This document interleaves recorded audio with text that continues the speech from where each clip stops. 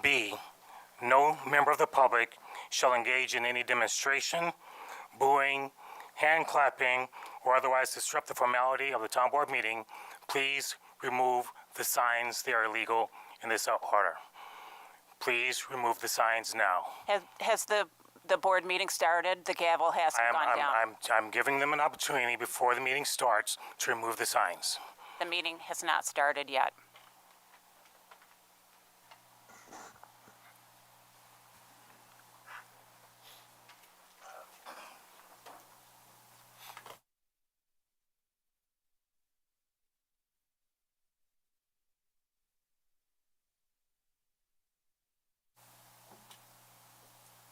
When the signs are removed, the meeting will start.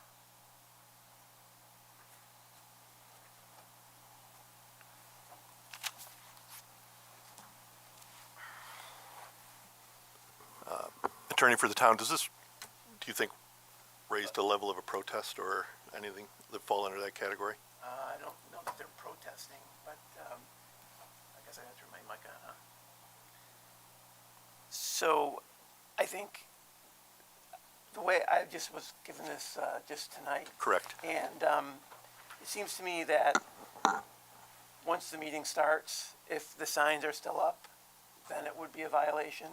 But until the meeting starts, until the meeting's called to order, I think But the chair determines that. Right now, I'm determining as the chair and as the CEO of the town, remove the signs before the meeting starts.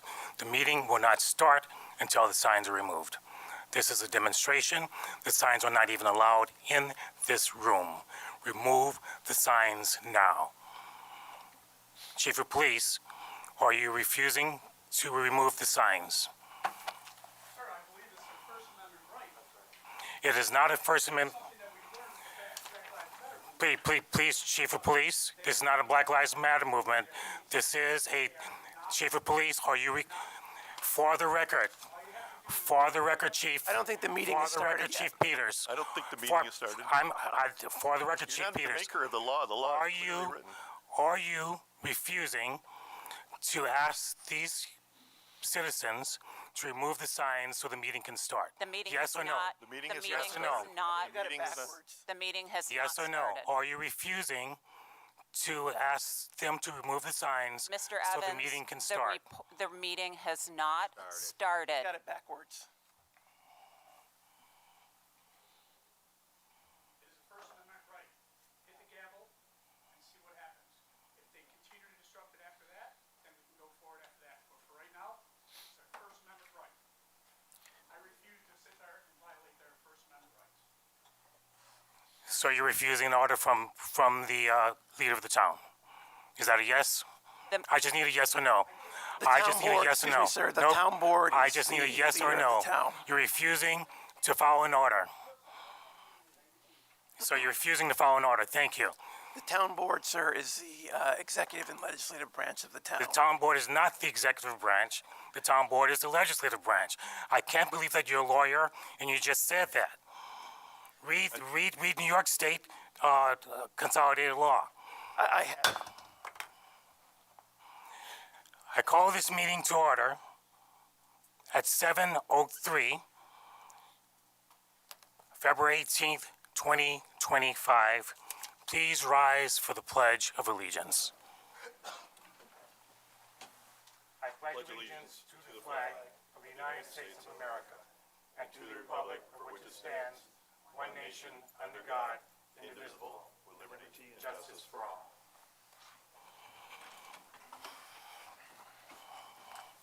Thank you.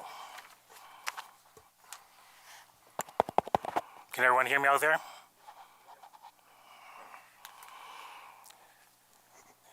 Safety and logistics. Note the fire exits. In an emergency, walk quickly to the exits. Do not use the elevators. Restrooms are to my right in the hallway. The agenda is on the table at the entrance. We will follow it in order. The town board welcomes public input at every meeting. Step to the lectern, state your name and address. The meetings are recorded and broadcast online. Speak into the mic clearly. Each speaker has 3 minutes. The Madam Clerk will keep the time. It is up to the town supervisor to extend that. Personal attacks on staff, officials, audience members, and anyone before the board are not tolerated. All speakers must be respectful. Inappropriate conduct will result in termination of speaking time. The public input period is not a discussion. The board will not respond to comments. Address all questions and comments to the town supervisor as chair of the board. I will notify each speaker when their time is up. Statements made by everyone are their opinions only. It is up to individuals to verify facts. An educated public is essential for democracy. Madam Clerk, read the roll. Call the roll, Supervisor excuse me. Evans, Here. Councilwoman Cunningham, Here. Councilman Malone, Present. Councilman Perticone, Here. Deputy Supervisor Wayner, Here. Attorney for the town. Here. First, I'd like to thank all fire and emergency personnel and police from our community and the surrounding communities who responded to a 3-alarm fire at the Hudson Titus Plaza on Saturday. I look forward to meeting with the chiefs and the fire marshals to see what else we can do to prevent fires in our great town. The Monroe County sales tax distribution are funds we receive as a portion of the shared economic activity in the county. A little over 1 year ago, we launched a campaign to make our town more accessible, transparent, and business-friendly. Here's what that policy change looks like. In the fourth quarter of 2023, our tax receipts from the county were $1,661,879. Today, our tax receipts are $1,800,058,804. That is a difference of $196,924. While continuing to make more economic activity, which improves our quality of life and lowers our individual share of taxes while maintaining services, Arundecoit still remains the #1 place to buy a first home, and we are a town of a lifetime. Finally, the town of Arundecoit, at this very moment, was chosen out of 933 towns in New York. Tonight at the New York Association of Towns, we will receive the prestigious G. Jeffrey Haber Leadership Award. The award is given in recognition for its commitment to maintaining a safe work environment and minimizing employees' time loss due to workplace injury. This award recognizes the leadership and commitment required by elected officials and the discipline required by employees at all levels to maintain a safe work environment. The coordinated effort of the town's leadership is and its safety committee and dedicated safety officers elevate the importance of the workplace safety and promotes a safe workplace culture. Compalion's Executive Director Mike Kinley said, the town's workforce is the foundation of the community, and ensuring their safety is essential to the effective and efficient delivery of services. The leadership exhibited by the town is truly an example of all towns in New York State, added the Association of Towns Executive Director Christopher Ketzo. Thank you to our safety officer, emergency manager, our safety team, and our staff for making this possible. Madam Clerk, please enter this press conference into record. This press release into record. Madam Clerk, we have 2 public hearings scheduled for tonight to begin at 7:35 concerning the amendments, providing Arundecoit residents with the opportunity to comment upon the activities funded through the town's Community Development Block Grant Program and authorizing certain improvements to facilitate serving the town's Arundecoit Consolidated Sewer District. Sign-in sheets are available at the front by the desks, but if you don't sign in, you can still address the board when we come to the hearing. Now, we move into our public input period. Before we get to public input, I'm still the chair, and I did not give you the floor. We are moving into, I did not give you the floor. I'm requesting I the did floor. not give you the floor. I am requesting We're the floor. Denied. I'm the chair. You're- We're moving into the, I would like to make a motion. I did not give you the floor. You can't make a movement.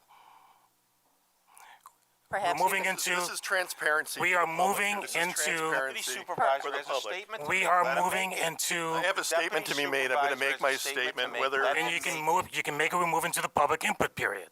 Perhaps We are then move- You do not have the floor, Councilman Cunningham. Perhaps Councilman Mr. Weiner do can not have the sign floor. in for public input, and he'll When we have move his into 3 public minutes. input, I will allow a statement. First, I want to hear from the residents. We will have a public input period at this time. And please do not interrupt the chair while I'm going through it. How many people do we have signed up for public input? while we're waiting for that, I'm going to make my statement. And this is from, You do not have the floor to make your statement. are you just? You gonna do not speak have, over me? I denied you to have the floor. We will hear from the public first. Any comment? We will hear from the public first. The first person who signed up for public input is Richard Barone.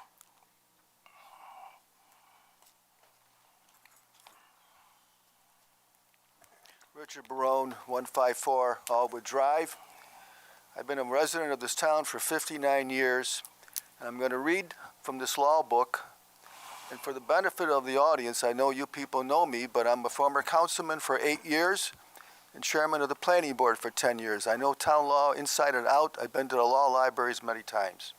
First of all, I must state that the town law manual says town government therefore is run by the town board as the executive, administrative, and legislative body. There is no executive. The town board is a group, is the executive head of the town. There being no true executive in town government comparable with the status of a mayor or any other person of like nature. The authority of the supervisor only comes from the statutory role as the town treasurer. As the town treasurer only. And if you look further into the manual, it talks about the town board cannot delegate any of its statutory authority to the supervisor. That was done apparently a few years ago when a person was hired at $18,000 a month, and the town board never approved the hiring of this person 4 years ago. This person's been paid many tens of thousands of dollars. There's no record of any town board approval. I was told that the supervisor could hire part-time people. He cannot. He cannot hire anybody. The only exception the courts have made is to ratify a hiring in an emergency. Okay, I've given this board hundreds of evidence of illegal assessments. At that time, I made an offer that one or two meet with me to go over it. None of you came to me. Why not? The former assessor, who just resigned, found 250 illegal wrong assessments, and he had to correct them, including his own. And we had evidence of that. You got a major problem with the assessors in the past. I've dealt with 5 of them. You've had 3 of them that violated the law. And I was ready to go to court before that lady some years ago resigned. The former supervisor informed me and gave me copies of invoices of a former council person who incurred possibly up to $100,000 in expenses on the town. This person was censured by this board, and I give you credit for that. But what happened to the possible $100,000 that this person incurred on behalf of the town for various things? I got some of the invoices, I don't have them all, so I don't know what the total amount is. The law is simple. I've taken law courses in college. I've gone to court 8 times and never lost. I sued the state. I sued this town once. The town didn't even bother going to court because it was so wrong, and I sued the school district. This law is simple. It's not complicated like criminal law or even federal law. It's very easy. You can win very easy without being an attorney. Now, one good suggestion. You know, I'm criticizing things, but I want to make a good suggestion. When I was a councilman, we had one attorney. I don't know what we paid him, maybe $100,000. He's had a practice too. So he was dedicated to this town. I don't want to disparage this attorney here or any firm. But unfortunately, sometimes they send the less expensive attorney to the town, and your former attorney said I was right and they were wrong on a particular legal issue. What does that tell you? I'm a resident and I'm right, and your town attorneys who are being paid $375,000. Take that money and hire somebody half-time who can dedicate. He can learn the law within 2 months. I guarantee it. And I'll help him. But keep in mind, this book alone will tell you enough. And again, if you look at the town law books at the Appellate Division Law Library, which I've gone many times, it's simple. Let's save some money. Let's do something positive. Unfortunately, I'm sorry, sir, but don't hire a law firm. You've gone to 2 or 3 already, and it's a problem. It's just the nature of the beast. Hire somebody full-time, part-time, whatever. Pay them $375,000. There's got to be a lot of attorneys out there that would take that for a full-time salary. Thank you for your attention, and good luck. Next person to speak is Kevin Smith.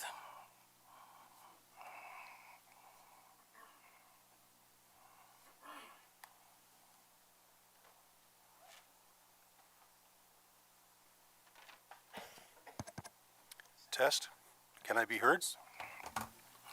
Yes. Majority of Arundecoid's voters definitively elected Mr. Evans to be town supervisor. Mr. Evans is a veteran who served in many different capacities with distinction every time. He began his Army career as a combat medic. After attending officer candidate school, Mr. Evans eventually attained the rank of lieutenant colonel.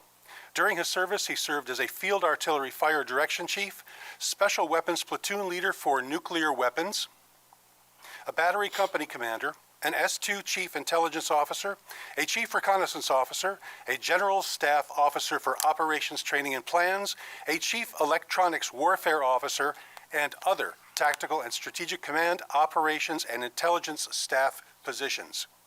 Additionally, he has advanced qualifications in field artillery, military intelligence, psychological operations, and information operations. He also possesses a top-secret, limited, secure, compartmentalized information security clearance, which puts him in the highest echelons of military officers trusted with our nation's most sensitive secrets.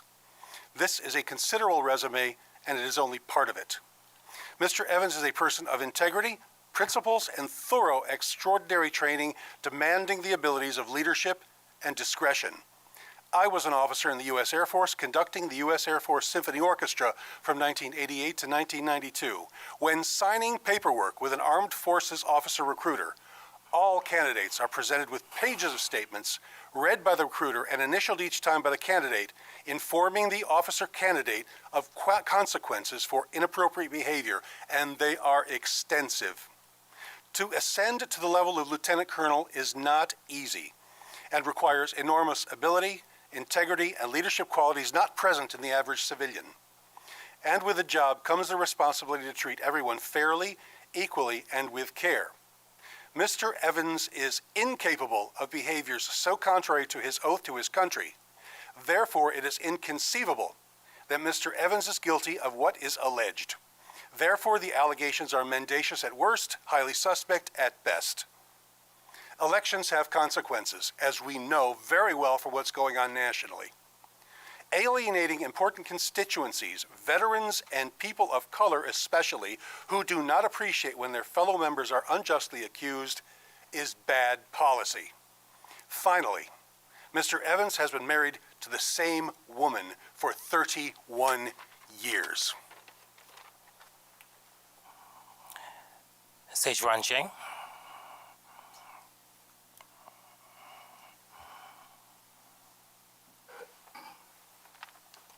Hi, can you hear me?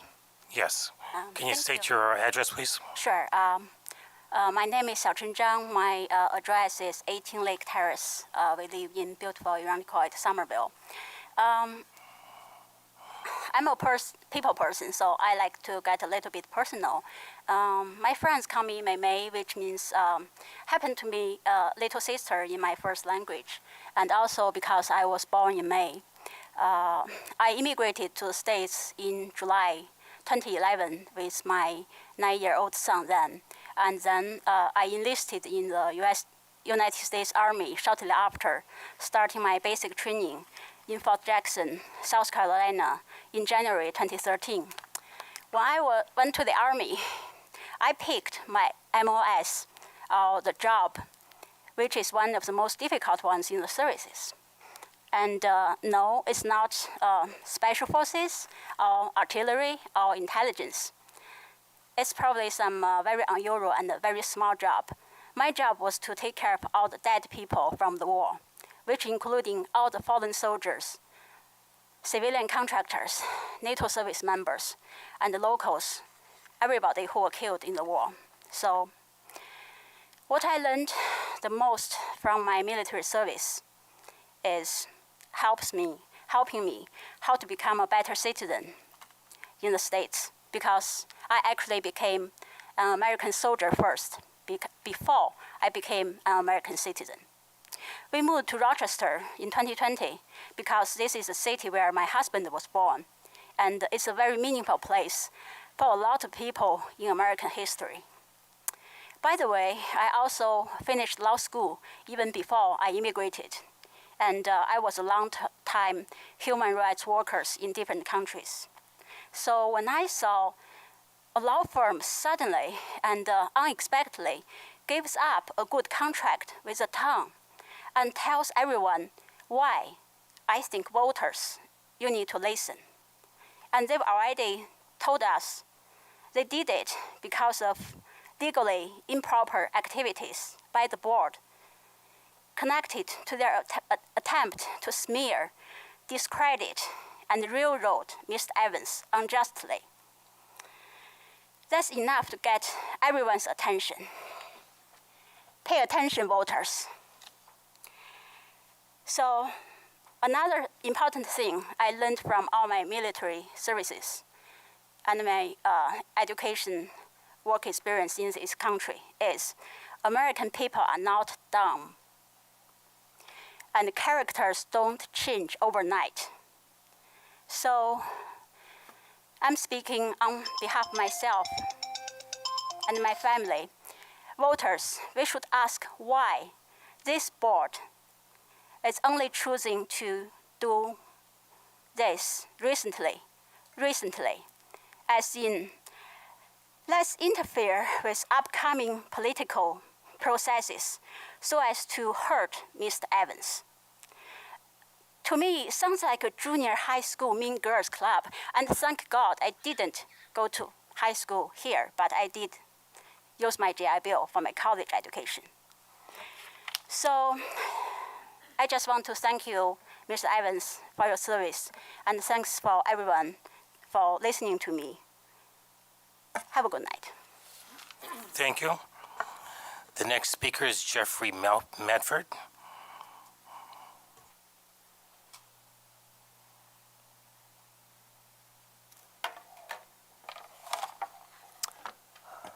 Good evening, Town Council. Can everyone hear me? Yes, thank you. Thank you for allowing me to speak today. My name is Jeffrey Medford. I reside at 416 St. Paul Street, Rochester, New York. Once again, my name is Jeffrey Medford. I am a 60-year-old father, grandfather, uncle, and pillar of my community here in Rochester, New York.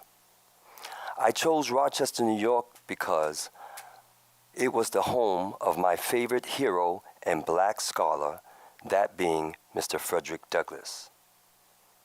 I have always had the ability to see and recognize black excellence, which is why I am here today to speak in behalf of Andre Evans.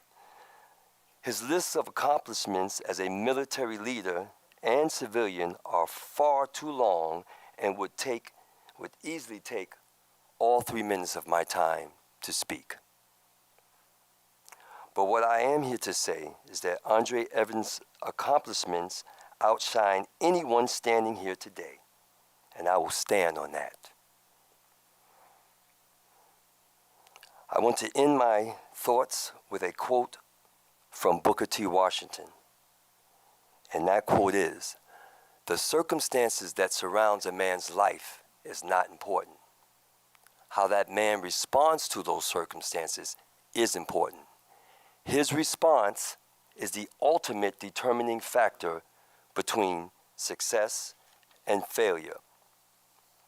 It is because of this that my response will be to each and every one of you here, because of your vicious, very vicious attack and your very vicious disrespect for this man, is that my response would be that I think I'd like to reach out to the NAACP and my very good friend, Mr. Ben Crump, and see if we can get a little help from him and straighten out exactly what's going on here today.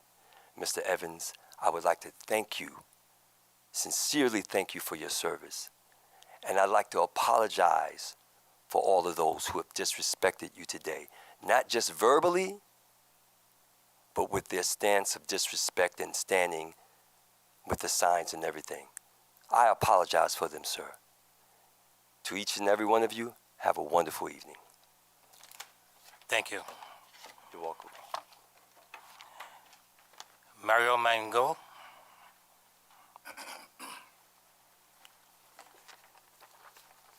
Thank you much.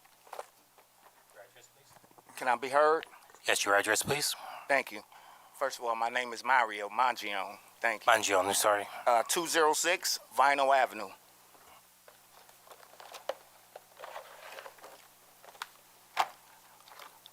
I come before you all today not to necessarily speak to any one of you at the board, but to actually appeal to us as Irondequoit residents and where we are in all of this viciousness, vileness, disgustingness in our town. Mr. Mangione, can you please use the mic, please? I'm sorry. You should be addressing the board. Address the board, please. I'd actually like to address the members of this town, but I will address the board out of due respect, of course. The viciousness, the vileness, the nastiness that has come out of this is absolutely appalling, and it hurts no one but all of us here, all of us voters. And the person that I really feel bad for is the supervisor's wife. And here's why. I'm not sure if you've all read your own report. I'm not exactly sure if you've all even read your own report. I'm not exactly sure if members of this town actually read this report. But you know what this report does? Inadvertently and unexpectedly, this report actually shows the opposite of what they thought it was supposed to produce. What this report does is actually make our town look like a Leave It to Beaver 1955 town instead of 2025 Irondequoit progressive Rochester town. Again, how many times have you all read this report? Today was my 6th time reading this report. Your county executive, Adam Bello, I heard him say that the more and more he read this report, the angrier he became. But he never actually specifically said what angered him about this report. And I think I know why. I think I know why the previous town attorney got up and quit. It's all right here in their own report, page after page. This isn't anything that I'm making up. This is the actual town's report. This is what's in there.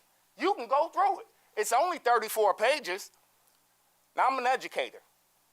I'm a social studies teacher and a special ed teacher. And one of the things that I've been trained on to do with my students is to educate them how to look at primary and secondary sources with analytical and critical thinking. And I must tell you all, I looked at your primary source with analytical and critical thinking eyes. And I'll be quick. Page after page, read it for yourself. Page 6, no witnesses. Page 7, no witnesses. Page 8, no witnesses. Page 9, no witnesses. Page 10, no witnesses. Page 12. Address the board, not this group, please. Page 12, no witnesses. And the time is, Page timer 13, has gone off. no witnesses. Could wrap up, please? Okay, I'll wrap it up. But page after page, You have 45 seconds to wrap up. sure, page after page shows that either things did not happen and the fix is in, or we have all been duped in all of this. And I gotta say, as much as we don't like to actually hear things such as racism, misogyny, sexism, all of these things that we do not want to hear about in society is actually inadvertently in your own report that shows that you people from the town, your own report is flawed. Thank It's you very mistake-filled, much. inconsistent, one-sided, Are we gonna give everyone lopsided, tonight more than 10 biased, minutes? misogynistic, and Stop, racist. please, so I can talk to the And simply You're not the because I chair, can I am. actually prove Thank you very what I'm much. saying. Thank you, Mrs. Mangione. Want to see me? Please come and see me. Thank you, Mr. Mangione. The next speaker, Maria Nachetta. Check me if you think I'm lying. Seriously.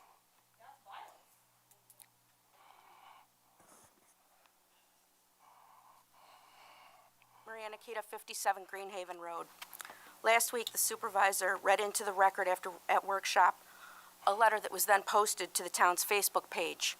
The post was titled Transparency Update for the Community. I read somewhere that honesty is telling the truth and transparency is being open without being asked, sharing in a way that builds trust. We're all very much into facts here tonight, right? Fact. Prior to hiring the now former town attorney, it seems it was not disclosed that there was a relationship between the town attorney, then town attorney, and the supervisor. Public information. Find it. How do I know it was not disclosed to the board? I asked. Go ahead and ask. Last July, middle of the month, there was another post after the town read a statement into the record regarding a situation with the now former assessor. It stated in part that the supervisor immediately contacted the New York State Inspector General. It went on to say the investigations have concluded that no illegal or unethical activity has transpired. At least one board member asked for a copy of that report. To date, I'm not sure that one was ever produced. I can say for a fact, in response to a Freedom of Information request that I sent to the Inspector General, the response I got was, please be advised that a search of our files indicates we are not in possession of any records responsive to your request. For your information, the jurisdiction of the State Inspector General does not include local government. Third point tonight, fast forward to this current event. Residents have already said that they're reading the 30-plus page report that was prepared by an outside, independent entity, not the town attorney, not the town board. Based on that, it was found, according to the report, that there was sufficient evidence to substantiate the claims made by town staff. After a referral to the Monroe County District Attorney's Office, that office will now be investigating.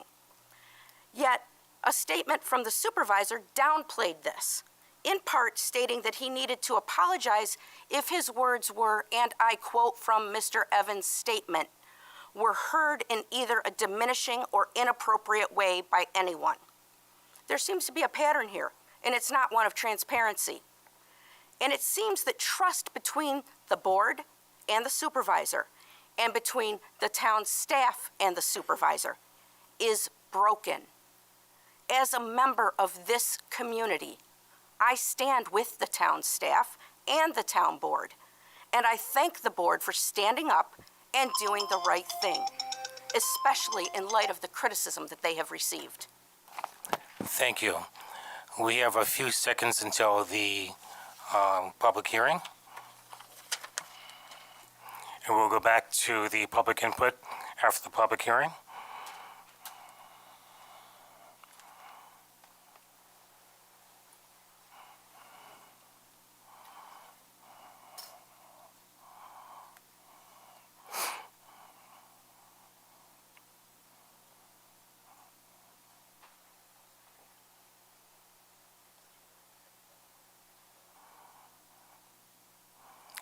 Madam Clerk, will you please read the first public hearing?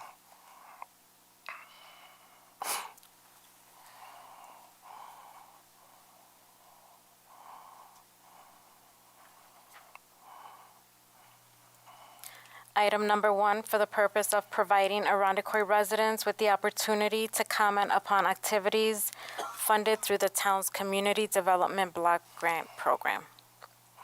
May I have a motion? I'll move it. May I have a second? Second. All in favor, say aye. Aye. The hearing is now open. Please provide an explanation. Thank you, Mr. Supervisor. The purpose of this public hearing is to allow residents an opportunity to speak about our Community Development Block Grant Program, which is federal funded through the Office of HUD. This program allows the town to offer programs including the IHEP, Arundecoy Home Improvement Program, grants, senior transportation, a Home Safe Home for Seniors program, helps with funding for the community cover, and also infrastructure within the CDBG eligible areas. So this is an opportunity for residents to speak about those programs or potentially additional programs to be funded. We will now accept public comments. Do we have anyone sign up to testify for this program?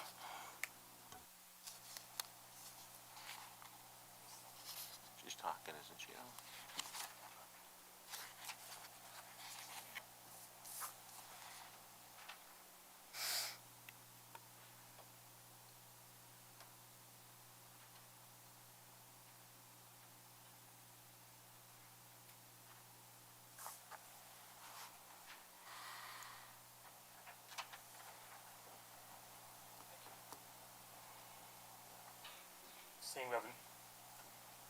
Seeing we have no one signed up to testify for this public hearing, I'll now open up for discussion with the board.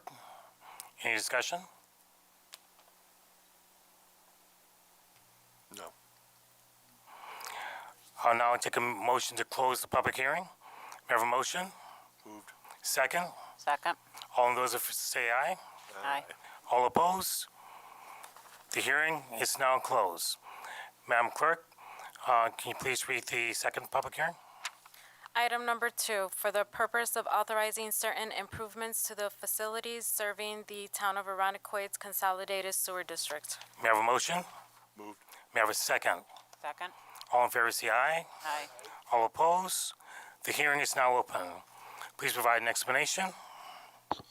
Thank you, Mr. Supervisor. This public hearing is to allow input regarding the potential issuance of debt for sewer, for sewer improvements throughout the town. Thank you. We'll now accept public comments. Do we have anyone signed up for the second public hearing? Seems like we have no one signed up. Does anyone wish to speak for this program?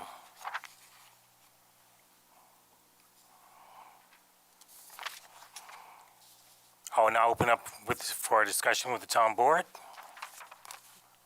I have no discussion. Where are these improvements? Do we know? Do we have a specific area where they are? No, no, sorry, John, can you hear me? These improvements would be throughout the town. This is our lateral and main replacement within the right-of-way. Do you have some areas that you're gonna, Target? target? Right. I can't say an area. We maintain a list of repairs that we know of. So that you we have a would list target. right now that you're gonna replace? I do have a list, I can share Okay. that. Because, when we bond, we're gonna have to have specifics or not on Right. something like this. You know, I think, It's always good to have specifics on Okay. the borrowing. And I guess I would ask, will they self-perform by the town, or will an outside contractor be performing the work? We typically bring on an outside contractor. Okay. All right, thank you. Any other questions or discussions?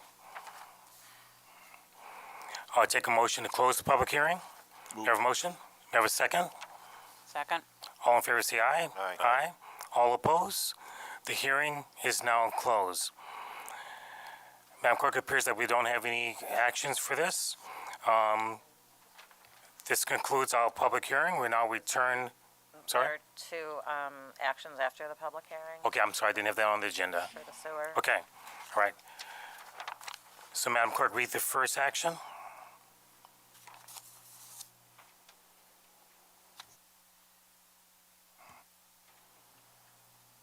Thank you. Authorizing the provisional appointment of a custodian. Nope.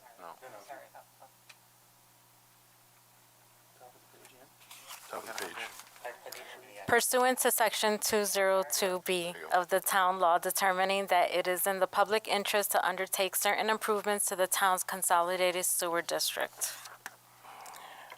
May I have a motion? Moved. May I have a second? Any additional explanations? Any discussion questions? All in favor say aye. Aye. All opposed? The resolution is adopted. Madam Clerk? Resolution authorizing the issuance of the $600,000 in serial bonds of the town to undertake certain improvements to the town's consolidated sewer district. May I have a motion? Moved. May I have a second? Second? Any additional explanations? Any discussions or questions?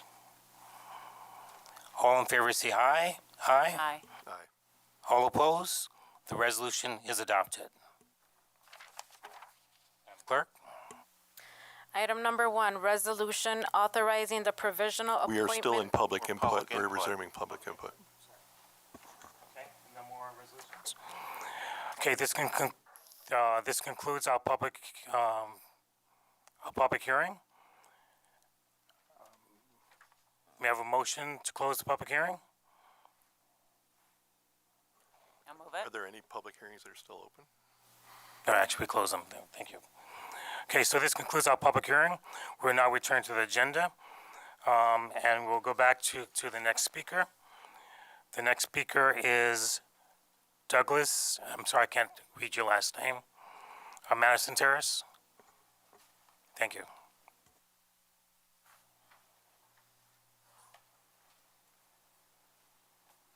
Douglas Knipple, 44 Madison Terrace. Thank you. I'm here to discuss this issue of the report, Nearpass and Kogel, issued in November 2024. And I'm here to express my intense anger upon reading this report for several reasons. Number one, this has all the markings of a political hit job, replete with he said, she said interpretations by Ms. Nearpass, the so-called investigator, hearsay allegations, as have been pointed out in previous comments, and other derisive comments that are irrelevant to the immediate issue of the report. And I should also point out, it's replete with standard classical racist tropes with regard to black men. We learned not only that the accuser was uncomfortable with Mr. Evans, but so were others, but not all, as pointed out in the report, staff who were interviewed. I draw a different conclusion from the investigator, who I believe implied that these interviews were corroborative. Rather, I see them as being uncomfortable with black men in particular who are in positions of authority.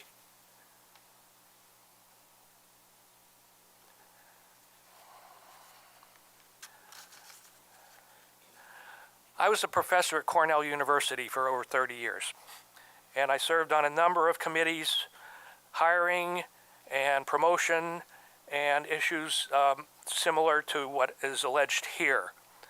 I've seen reports like this. I've participated in preparation of reports like this. This is a political hack job. The report is biased toward the accuser, and I would say that one of the most significant evidence of this is the fact that Mr. Evans' claim in an interview that he had come to learn that the accuser had other incidents of sexual harassment accusations. These were not investigated by the investigator. Why? They investigated Mr. Evans, who was alleged to have been involved in a sexual accusation report previously. And it was proven to be inaccurate. The report concludes that the report does not support the sexual harassment claim. Yet the headlines in the local newspapers are blaring this. The report does state that it supports the charge of retaliation. The latter is alleged by the investigator, Ms. Nearpass, based on the assertion that Mr. Evans changed his behavior toward the complainant after the August 30th meeting.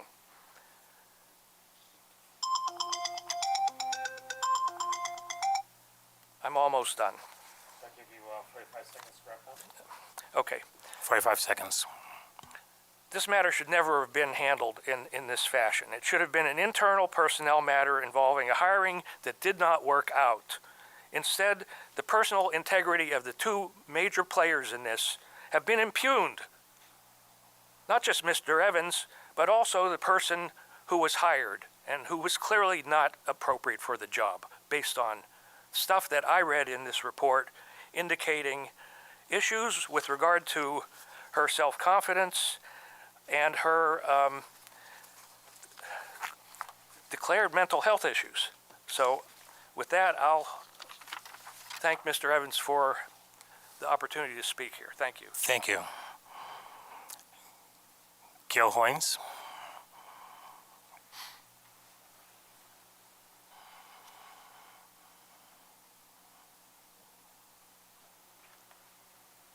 Gail Hoynes, 113 Belcota Drive. Thank you very much for allowing me to speak tonight. I've been associated or have met with Supervisor Evans for the past 2.5 years. He's been invited to our neighborhood meetings. He's participated in some of our functions. He's been on panel discussions. He's brought a lot of information to our neighbors and our neighborhood.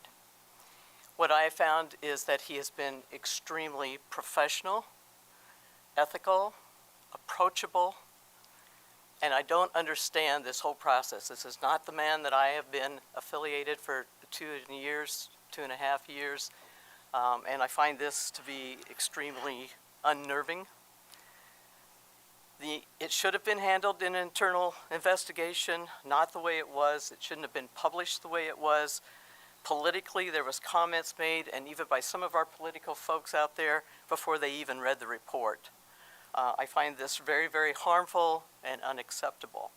I worked for a large global organization for 36 years, and all of these types of situations that I've been affiliated with or been a part of to investigate have always been done internally and under our legal teams that we had working for us. If it ever came to something that we needed to move up, it would be done. But this just does not seem as transparent as everyone says it is.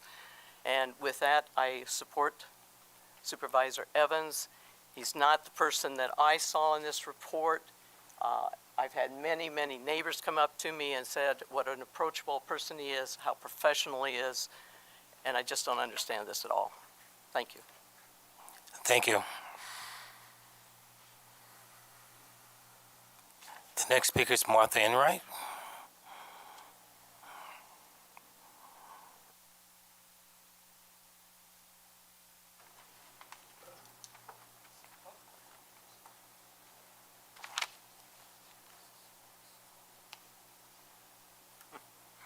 Just hand it to the clerk and she can hand it down the way. Save you some time.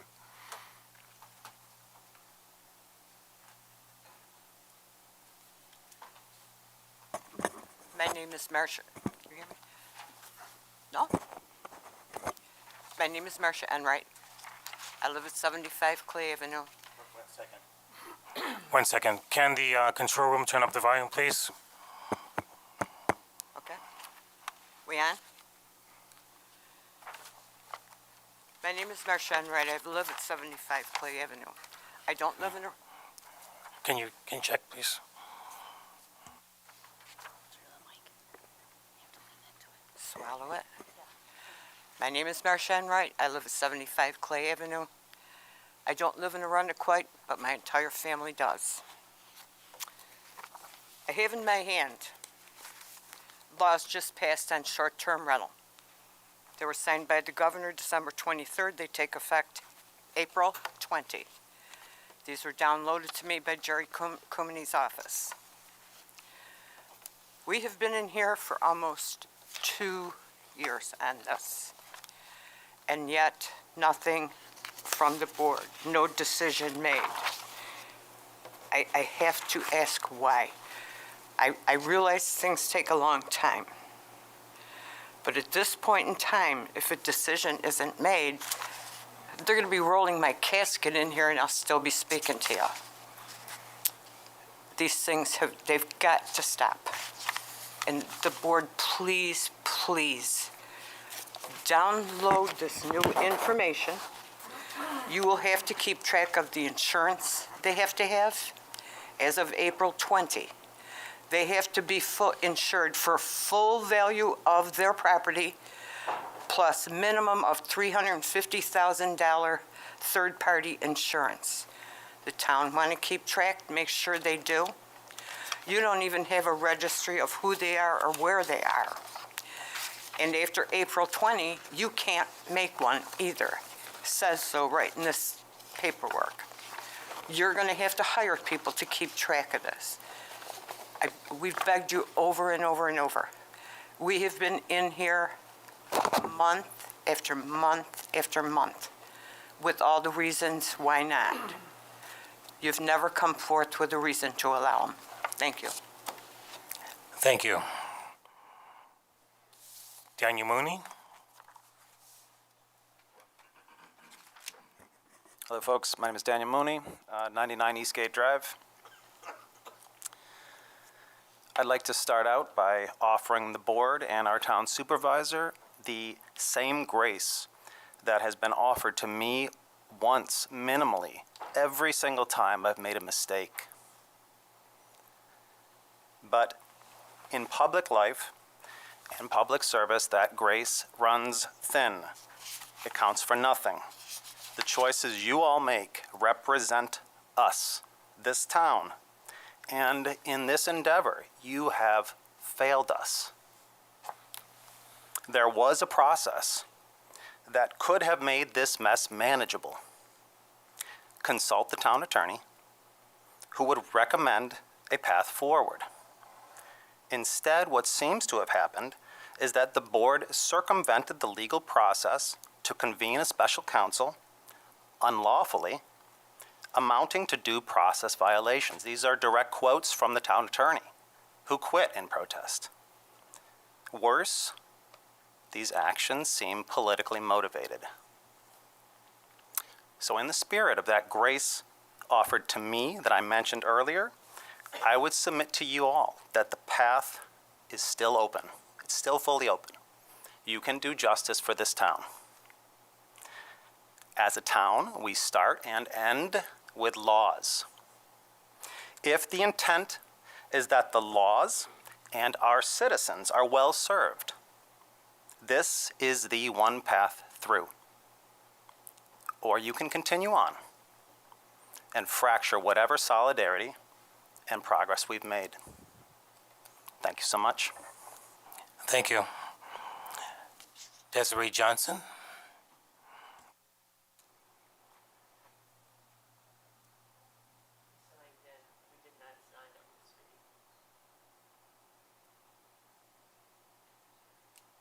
Have someone from Schnackle Drive? Okay. I thought it was just a sign-up sheet. Okay. Kristen Kirsch.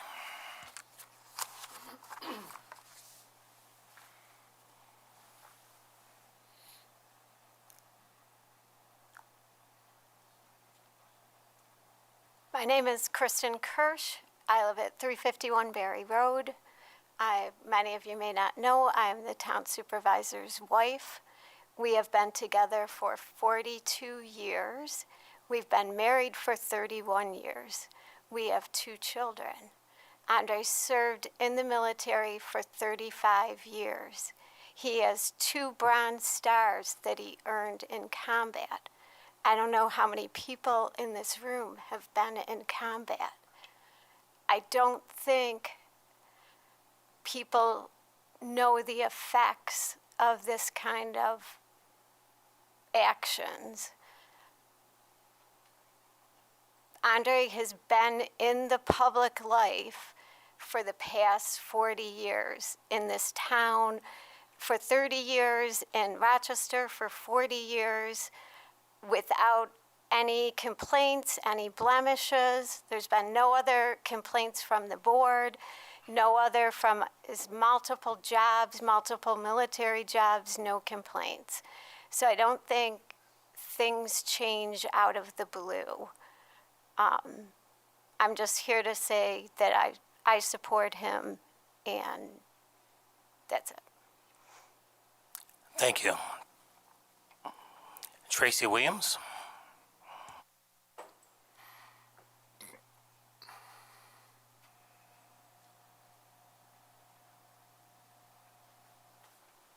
Hi, I'm Tracy Williams. I live at 125 Pamda Drive. I've been in Arundequoit now 38 years. And my last child graduated from West Arundequoit in 2024. For the 38 years that I lived out here, if I ever had a problem with anything, I always went straight to the source. When my children were in school, if there was acts that I didn't like, I talked to Crane. Crane was a wonderful supervisor. I'd sit in his office and we'd go to school and we'd fix it if there were any problems with my children. Usually if people ask me about Arundequoit and they talk about racism, I can honestly say I haven't received much racism, but I do keep to myself. This can be a very vindictive town. So I know how to avoid trouble, and I shouldn't have to do that, especially being a black man, especially in this time and day. So as the years have passed and the population has grown and we've seen the Black Lives Matter, I walk around this town all the time and we see all the different things and diversity changing. This is my first time coming to a public hearing and speaking publicly because my children are going and down safe, right? I always look at the police department, I looked at the staff. I pay attention to a lot over the last 30 plus years. And so when this whole thing happened, I read the report, I looked at his resume, and thought to myself, this is a modern day Emmett Till, except he's not being drugged behind a truck. He's being drugged publicly. I don't know why that's the case, but again, I've worked in the city, I've worked in economic development, I pay attention to donors list, I pay attention to political affiliations, I pay attention to who's hanging with who and why is this happening and why is it happening in the way it is.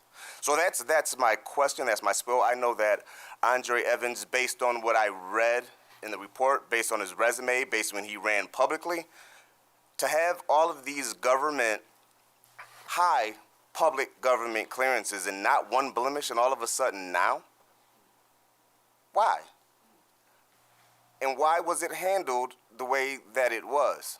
Again, as a black man living in Arundequoit, I love Arundequoit, I know that this town can be vindictive, right? And so Again, I kept to myself. If I had a problem, I went straight to the school. We settled all of our problems. I have never had problems with the police. I never got pulled over. So when people are like, you live around the corner, you're going to get pulled over. All these years, never happened. But that's just my thing. I want to know why. I want to know what's the motivation, who's doing it, who are they aligned with, and why now, why the way that it happened. That's it. Thank you very much. Robin Carlisi.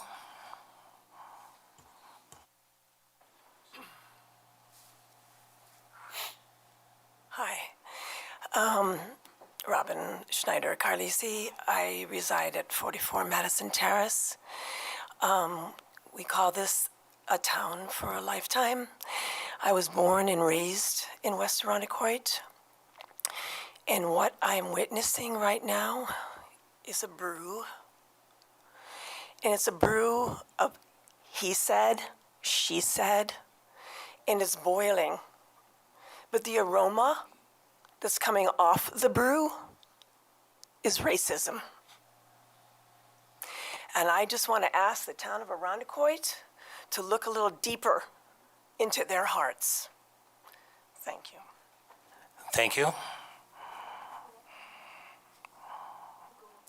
Bing Reeves.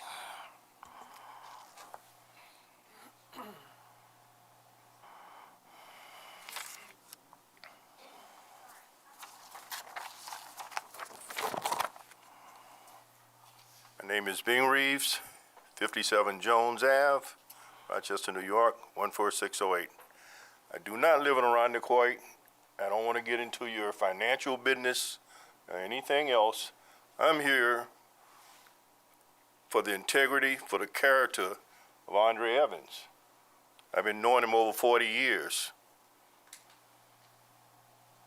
I am a retired police officer of 32 years. I am also a retired military person of 36 years. I know how it is to get from one point to the other in rank. And from a second lieutenant to a lieutenant colonel is saying something. It's not something that happens every day with every soldier. When I first met Andre, he was coming up from Louisiana, from Jim Crow South. My home is Florida. I grew up there in Jim Crow South. So we both know what it's like to see a physical lynching, or know about a physical lynching, but to be lynched in the newspaper, in the media, is something else. It's terrible. And I'm glad the DA has this investigation, because she should know how it feels to be lynched in the public as well. So all I want to say is, I don't want to get into Irondequoit's business. I want to say you got the best man for the job here, and when it comes back, I'm glad you didn't quit, because that would be admitting that what was said is true. My question, the same as the gentleman before me's question, was, why now? Why now? And that person that said that he said something sexual-wise, why didn't they tell him? I feel uncomfortable with you saying that. Why didn't they go and tell somebody else? Can you go talk to him? I don't like what he's saying. But if you overheard him say something, locker room talk, how many of you voted for a president that told the world with his locker room talk, and you voted for him, and you see how this country's all messed up now? It's not getting together. It's going more divided. And I hope Irondequoit's not going in that direction. Like I said, I don't live here. I don't hope Monroe County is going in that direction. So thank you for the time. Thank you. Is there anyone else that would like to speak?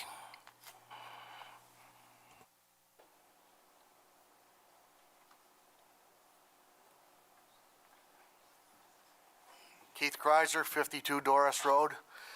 I've worked for the town for 48 years. I've lived in Irondequoit for 68 years. I've never seen anything like this. Hopefully I'll never see anything like this again. But I stand with the town employees because it's a family, and when someone breaks the family bond, they had to be held accountable. This isn't black and white. For some reason, that got out there as black and white. It's not. It's a man and a woman, period, or several women. It's not black and white. And anybody that thinks it is doesn't know this town.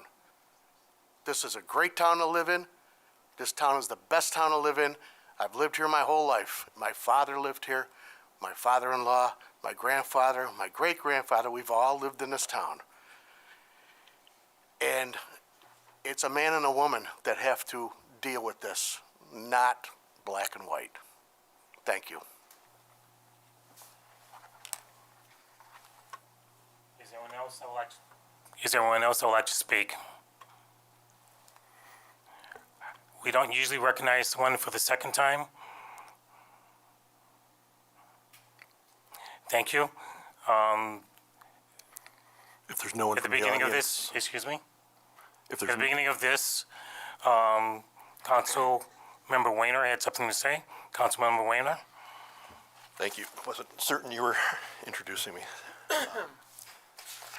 I think this probably statement would have cleared up some of the things that had been comments we received from the public tonight, but we would like to set the record straight.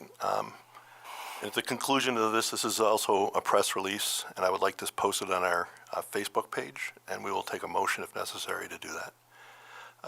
On Thursday, February 13th, 2025, a post appeared on the town's Facebook page purporting to be about transparency. This post went on to describe the contents of an email the town received from former town attorney T. Andrew Brown of Brown Hutchinson's LLP. Supervisor Evans also read this email during the town board's meeting on Monday, February 10th, 2025. The email approvingly cites allegations made by Mr. Evans' personal attorneys that suggest we acted unlawfully in our dealings with Mr. Evans. We did not act unlawfully and feel compelled to set the record straight. What did that email say? The email from Mr. Brown advised members of the town board that his firm would not be taking any action in connection with a special meeting that was called for January 30th, 2025. Mr. Brown complained that his firm had been cut out of the process surrounding the investigation of Supervisor Evans and that his firm had not been consulted by the board as to the findings or an appropriate path forward. Mr. Brown went on to note that meetings had taken place without his firm and that he was not aware of these meetings until he received an email from Supervisor Evans' personal attorney with the law firm of Bond, Shanick and King, PLLC. Supervisor Evans' attorney claimed that the meetings and other related conduct by the board and its special counsel were unlawful. In essence, Mr. Supervisor Evans' attorneys alleged that the town board violated the requirements of the open meetings law when it met with special counsel Mancuso and Brighton, PLLC. Mr. Brown concluded his email by informing the town board that his firm was severing its relationship with the town. Now, did the town board comply with the open meetings law? The simple answer is yes. Both special counsel retained by the town board to assist it with the investigation of Supervisor Evans and our new town attorney confirmed that the allegations are wholly without merit. Both of these attorneys are experienced municipal attorneys with decades of experience between them. They are well-versed in the requirements of the open meetings law. Here is a brief analysis explaining the laws as it applies here. And I wasn't going to read this entire section because it's very legalese, but everyone here came with their own legal opinion, so I'll give you the legal facts as we understand them from our attorneys. So the attorney-client privilege applies in the municipal context regarding communications between a board and its council, and such communications are exempt from the provisions of the open meetings law. In this regard, public officers law, known as the open meetings law, Section 108, paragraph 3 provides that nothing contained in the open meetings law shall be construed as extending the provisions heretofore in any matter made confidential under state law. And that's cited by Sindoni versus the Board of Education, Skinny Atlas Central School District, 202-83D, 140, 1357, 1458, 4th Department of the 2022. because communications made pursuant to an attorney-client relationship are considered confidential under the CPLR. Communications between a board and its counsel in which counsel advises the board of legal issues involved in a determination are exempt from the provisions of open meetings law. When an exemption under Section 108 applies, the open meetings law does not, and the requirements that would operate with respect to executive sessions are not in effect. Stated differently, to discuss a matter exempted from the open meetings law, a public body need not follow the procedures imposed by Section 105, Paragraph 1, that relates to entry into the executive session. You can see McCrory versus the Village of Mamaroneck, the Board of Trustees, and there's another legal citation which I'm not going to read, stating, insofar as communications made pursuant to an attorney-client relationship are confidential under the CPLR, CID number paragraph 4503, and any communications wherein a board's counsel advises the board on legal issues related to a determination are exempt from open meetings law. And that's the matter of Brown versus Feehan, and again, another legal citation which I'm not going to read. Holding that attorney-client exemption applied to meeting between the town board and town attorney with respect to the dispute over petitioner's driveway in that case.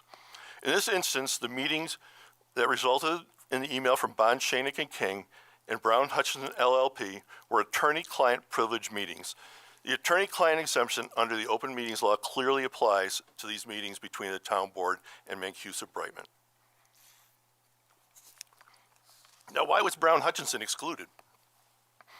So over the course of the brief period of time when Mr. Brown's firm represented the town, members of this town board grew dissatisfied with the representation and did not believe his firm should be involved with the investigation. It also turns out that Mr. Brown and his firm previously represented Supervisor Evans in a lawsuit commenced against Monroe County in the Western District of New York in 2019. The lawsuit alleged that the county discriminated against Mr. Evans and retaliated against him.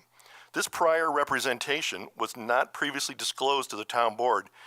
Given Mr. Brown's prior involvement with Supervisor Evans in an employment discrimination case, it did not seem appropriate to have Mr. Brown or his law firm involved with the investigation.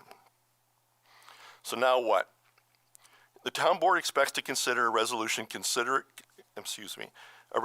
censuring Supervisor Evans at the February 20th, 2025 7 p.m. special town board meetings. Among other things, the resolution is expected to direct Supervisor Evans to stop posting on the town's Facebook page. That concludes our statement. I would, like I said, like a motion to enter this into the permanent record, and I would like to have a motion to place this petition. There's not a need to do a motion. It's already in the permanent record. Just pass it to the clerk. Thank you. Okay, we're at the approval of minutes. Madam Clerk, I think we have 4 sets of minutes to approve. We have financial to do. I'm sorry, I forgot finance. Well, welcome back. Thank you. Thank you. Thank you, Mr. Verticone. This report will present a preliminary look at the 2024 financial results for the town as of December 31st. The 2024 books will not close until the end of February to allow for receipt and processing of outstanding commitments and to account for and properly book the remaining revenue that is owed to the town. The town's auditors from the Bonadeo Group will present highlights of the audited 2024 financial statements and audit report upon completion of the audit work. The 2024 financial results as of December 31st. With 100% of the year elapsed, the town has expensed slightly over budget at 101.2%, a sum of $45,613,000. Encumbrances total $1,253,000, and actual expenses total $44,359,000. The actual expenses alone equate to 98.4% of budget. Encumbrances are being reviewed against outstanding commitments, and many are expected to close by the end of February as we close the books. The general fund expenses are slightly higher than budget at 102%, or $30,211,000. The actual expenditures are 99.9% of budget, or $29,552,000, and 2.2%, or $659,000, remain for encumbrances. Overall, the expenses in the highway funds are on par with budget at 100%, a total of approximately $6,235,000. These costs result from considerable expenses for salt, gas, and paving as anticipated. The library expenditures are at 92.4% of budget, a total of $2,641,000. Expenses in the sewer fund of $4,173,000 are above budget at 101.7%. Actual expenses equate to $3,918,000 or 95.5% of budget, and $255,000 remain for outstanding encumbrances. The stormwater drainage expenses are below budget at 97.5% of budget, a total of $916,000. Regarding the entire town, revenue and appropriated fund balance of $41,605,000 or 99.9% has been documented to date. The general fund has recorded revenue of $26,326,000 or 99% of budget. Real estate tax of $12,790,000 has been collected. 128% of the payment in lieu of tax revenue of $298,000 has been received. 11 months of sales tax revenue in the amount of $6,521,000 or 97.3% of budget. The AIM payment of $613,000 has been received, and the mortgage tax for 3/4 of $825,000 has been received. Additional revenue to be recorded includes 6 months of franchise fees, 1 month of sales tax, and 3 months of mortgage tax. At month end, the library has confirmed revenue of $2,855,000, 100% of budget. 100.9% or $6,094,000 has been recorded by the revenue has been recorded by the highway funds. 102% of the sewer fund revenue of $3,925,000 has been verified. Stormwater drainage has received 102.7% of its budgeted revenue at $965,000. This concludes the second preliminary financial report for December 2024. May I have a motion to adopt the financial report? So moved. May I have a second? Second. Any corrections, questions, or comments? Thank you for that. Seeing none, are there any adjustments? All in favor, say aye. Aye. Aye. All opposed? The financial report is adopted.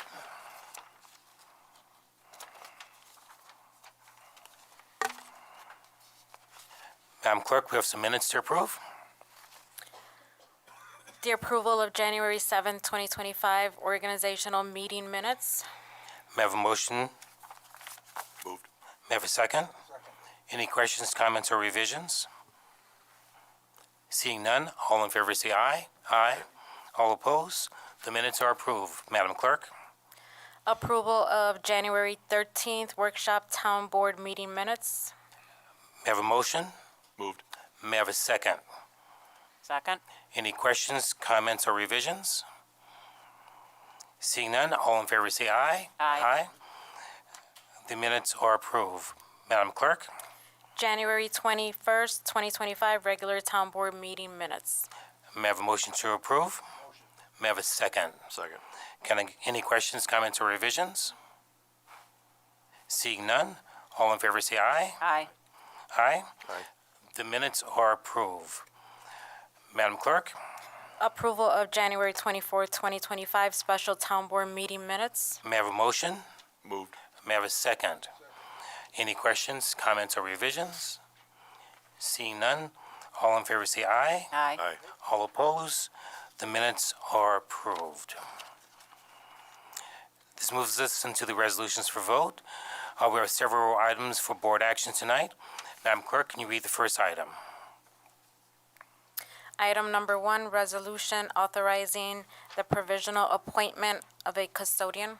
Motion to adopt? Moved. May I have a second? May I have an explanation? Thank you. Due to a vacancy, we have a need to appoint a custodian. We publicly posted this. Interviews were taking place, and we would like to appoint Paul Chappell.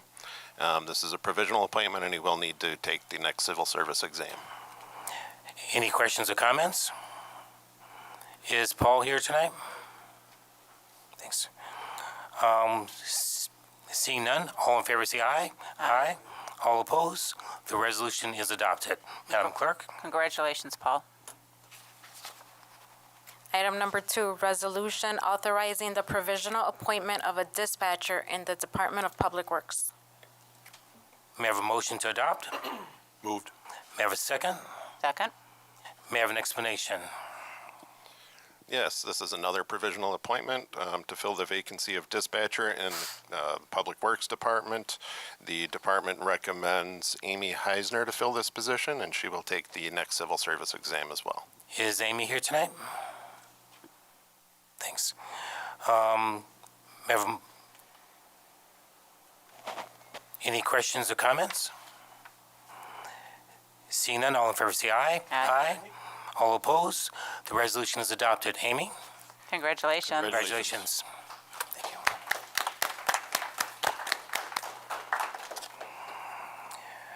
Madam Clerk? Item number 3, resolution calling for a public hearing on a proposed local law to amend Town Code Chapter 235-69 fencing. Motion to adopt? Moved. May I have a second? Second. May I have an explanation? Yes, thank you. This is in regards to text amendments for the proposed fence code. I believe it's chapter 235-69. I believe Director Bill had sent it on to the new town attorney for review. And this is the calling of the public hearing. Okay. All right, motion to adopt? May I have a second? Second. Any questions or comments? Seeing none, all in favor say aye. Aye. All opposed? The resolution is adopted. Madam Clerk? Item number 4, resolution calling for a public hearing on the matter of granting a special use permit for redevelopment of 5324, 5334, 5340 St. Paul Boulevard and 8 2nd Street in the C Business District. Motion to adopt? I move it. May I have a second? Second. May I have an explanation? Yes, thank you. This is in regards to an application that was received for accepting, referring, and calling of a public hearing for granting of a special use permit for multifamily in the C Business District. Any questions or comments? Seeing none, all in favor say aye. Aye.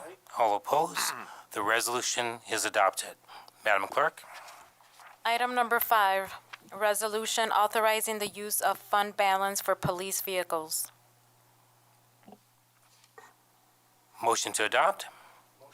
May I have a second? Second. May I have an explanation? Thank you, Mr. Supervisor. This resolution would authorize the use of $150,000 of dollars in general fund balance for the purchase of 2 police vehicles. Any questions, comments, or? I have a question, Chief. Are these replacement vehicles or addition to the fleet? Yeah, these actually are going to be replacement. We were hoping to just buy them to replace to reduce the mileage for our average mileage for our fleet.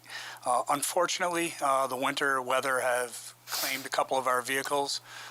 They've inadvertently been sideswiped within the last few days, and in fact, I just got right before the meeting a notice that one vehicle was going to be totaled. So we'll be receiving a little over $20,000 from the insurance company for it being totaled, but obviously that's 3 vehicles within the last 2 months that we have to replace. Thank you. Any other questions or comments? Seeing none, all in favor say aye. Aye. All opposed? The resolution is adopted. Madam Clerk? Item number 6, this is a resolution authorizing the capital improvement program for the town for 2025 through 2030.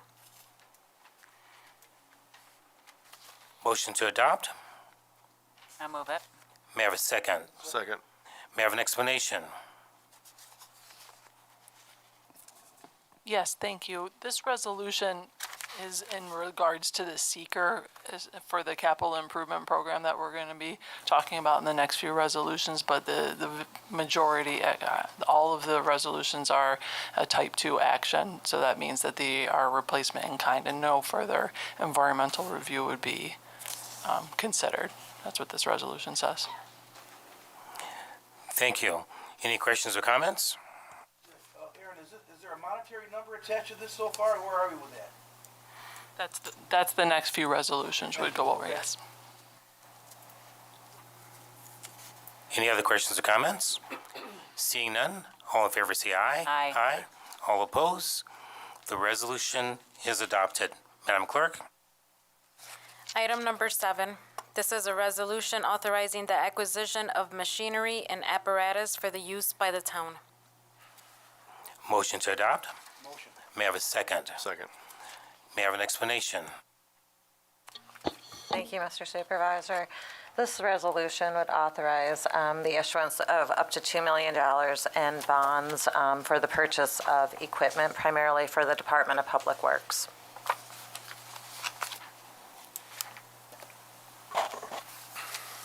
Any questions or comments? Yeah, again, we're spending $2 million. Do we have apparatus and equipment? Do we have what are they? What are we buying for $2 million? What do we have?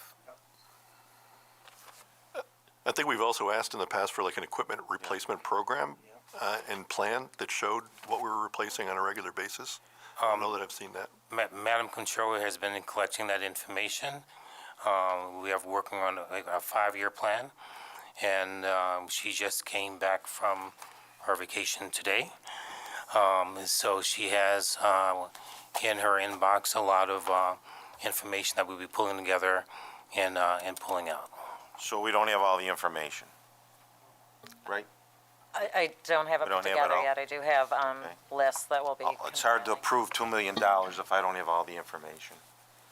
It's a lot of money. Well, I think the format is you approve the money and then each individual project comes up for a vote. Is that correct? This is the, excuse me, this is the individual project for equipment. As the equipment is purchased, it will come back to the board for authorization to purchase before the purchase could be made. I would still like to see a detail of what we're buying. Yeah, I'd like to see a plan also. I'd like to see a plan and detail of what we're buying. And we have to have, I'm certainly sure bond is, correct me if I'm wrong, they're going to have to know every equipment we're buying, right? I mean, they're going to have a list when they, you know. We've listed it as machinery and apparatus, so it will be heavy equipment. So it's vague. They're okay with that? Madam Controller, what have we done in the past? Have we followed the same process in the past? This honestly, as far as I'm been in the as Comptroller, this is only the second time that we're borrowing for equipment. It was, I believe, in 2019 we did borrow $1 million for equipment, so it was very just general. I will be working with Commissioner McGee on the list that I do have and ensuring that the equipment that is brought forth to the board is the equipment that is either outdated, needed replacement prior, or is currently needing replacement. And remind me, Madam Clerk, Madam Controller, we went to the equipment borrowing process because we entered into certain contracts last year and we didn't have enough money to balance the budget, so we figured that we'd do a long-term bond for equipment. We could balance the budget and keep taxes low. Is that correct? No. It did help with the tax, with the budget for the 2025 budget year. However, this will be an ongoing burden, obviously, to the taxpayer for the next 15 to 20 years. I believe the useful life on this one is 15 years. So it will be an ongoing burden to the taxpayer for 15 years. Thank you very much. Any other questions or comments? Mr. Supervisor, I would just suggest if there's an issue with the process and the timing, that to make sure that bond counsel is comfortable with the process. I'm assuming, I know that these forms are reviewed by bond counsel. I think we spoke to bond counsel in the budget process and explained to them what we wanted to do, and it was approved then, and the town board voted unanimously to move forward with the process that we chose in the preliminary, tentative, and finally the adopted budget.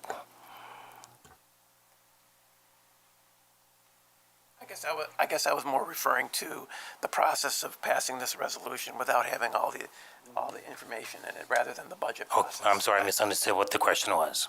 Okay. We'll get that information. So we can table this until the next board meeting. So just a note, if the resolutions do get tabled tonight, the bonding will be put off until December. We have a issuance coming up in April, which I'm preparing now, getting the documentation together for. So if they don't pass now, we don't have enough time to go through the whole process, so these will be pushed until the December borrowing, our next borrowing.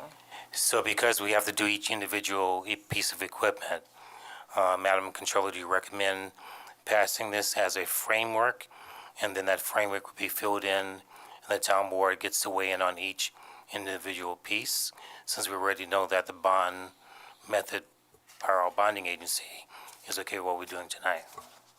I would have to defer to the board on what they feel comfortable doing at this point. All right? I feel like in the prominence of transparency, I would like people to know what we're contemplating before we go and pass $2 million of bonding and know what the plan is that for the equipment that we're replacing.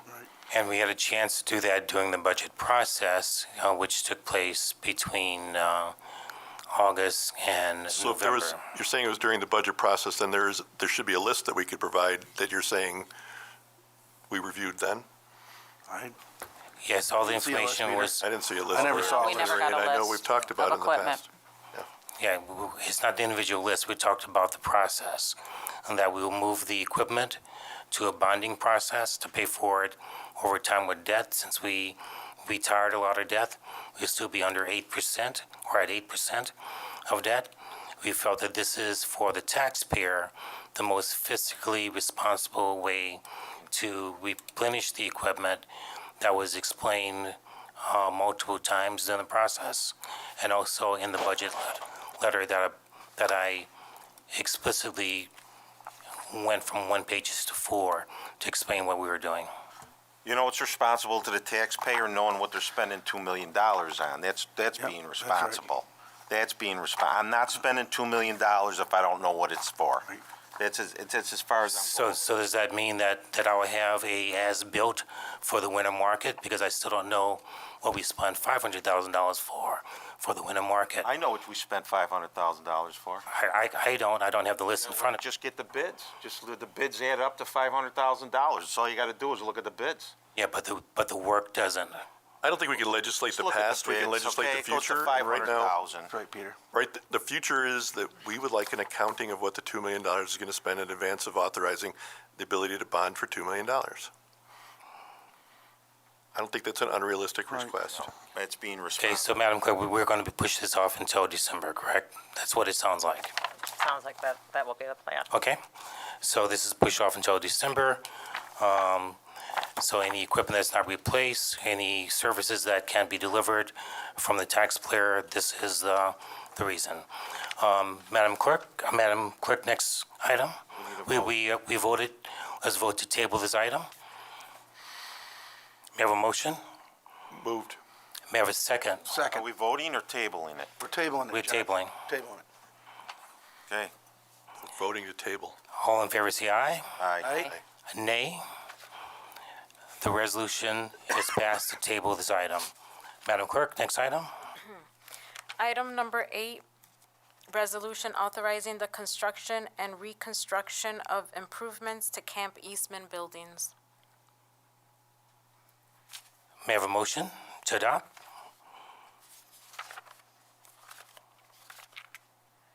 I'll move it just for discussion. May I have a second? Second. May I have an explanation? Thank you, Mr. Supervisor. This resolution would authorize the issuance of up to $1 million for the construction and reconstruction of the cabins located at Camp Eastman. Any questions or comments? Go ahead. So what does that mean? Yeah, I think we've asked in the past, John, for what's been done there to date. We haven't seen that yet, I believe, correct? This has been an ongoing process for, the last 3-4 years, if I'm not mistaken, before my time here. But we've asked for, the previous bid process to this construction manager. I haven't seen it. That's my opinion. I'm not sure what you haven't, what you're asking for. So I think what we did ask for in the case of the cabin renovation and restoration was that, there was a basic disagreement about replacing with new buildings versus renovating the cabins that were there. The initial plan was to, renovate the cabins that exist in place. The second was to tear them down and replace them with more generic, newer buildings. Then I think it was the last meeting or maybe the town board workshop, you said that there was a study done to prove why one was more cost effective than the other, and you were going to produce that for our benefit before or in conjunction with this resolution. And to date, I don't think we've seen that. And this was a recent discussion, but it's been an ongoing discussion Yes, it has. that we've made in the past regards these. And to some extent, I do believe that there's some history and some embodied energy, and that I don't know that I agree with taking the existing cabins down just because they have, history and tradition down there, and I do think that they could be adapted and reused. And apparently there's been a study that was done that said one way or the other. And even if there's a slight increase in cost, I don't, be one versus the other. There may be decisions and things that we want to keep, in mind when we go to do that. And there's been nothing put before the town board in regards to that. Thank you. For the taxpayer record, and this is for the record and on record, I've met with Councilman Weiner on the process. I've met with our construction manager, Chris the Construction, Labella, and the advice that I was given back in January, February, March was that to replace. We then created the placards that are out there for public comment, and public comment came back that it was a good thing to replace the cabins with more ADA.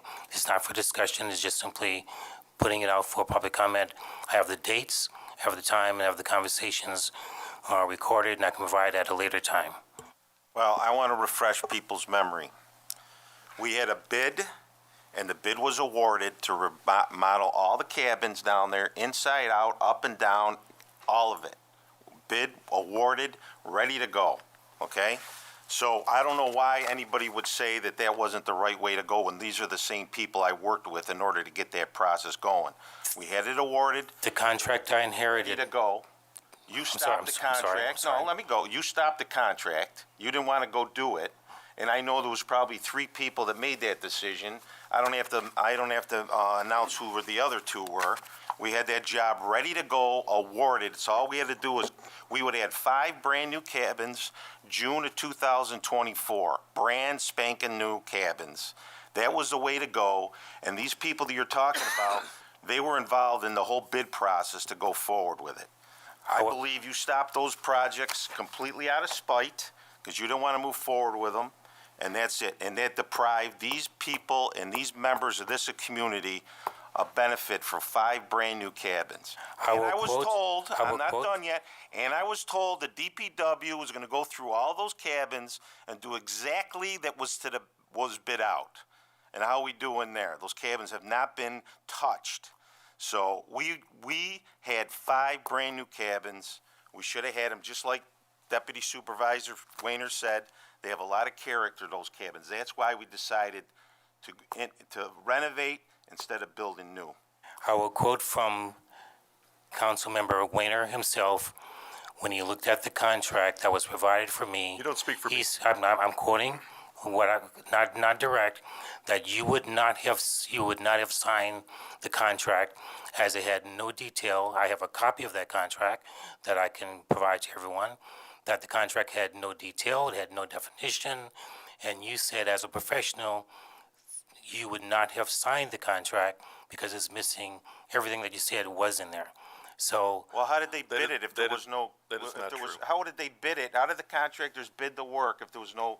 I have detail? it recorded, Yeah, Mr. well, Weiner. I'm telling you, I was involved there. You weren't, okay? And probably the that's the job problem. was bid Probably and the- awarded. And probably speaking loud and yelling. I'm not yelling. I'm just telling you. You're The just job yelling. was bid That and doesn't- awarded. Yelling loud doesn't mean you're right. You know. You were absolutely. There, I was.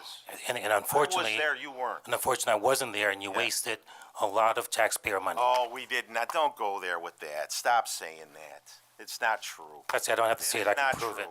That Okay. is not true. You So are deprived you- this community of Okay. 5 brand new cabins. That's what you Councilman Vertical, we're moving on.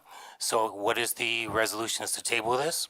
I want to go on record as I did not state what the supervisor said. That's okay. I'll go on record It's and unusual. I'll go on record and say that you did. And are we going to table this resolution? I do think that we should table this. We've been talking about this specific issue for as long, I've only been on the board for a year. We've been talking about this for a year, and we have asked for more information and have not received the information. 100%, Ann. Okay, the resolution, may I have a vote to table this resolution? So May I have I a vote guess, to table so the resolution? if we are. May I have a vote to table the She's resolution? speaking. She has a right to this is- speak. Thank you. If we are going to table this resolution, I would like a timeline for this to come back, and I would, in that time, I would like to have more information.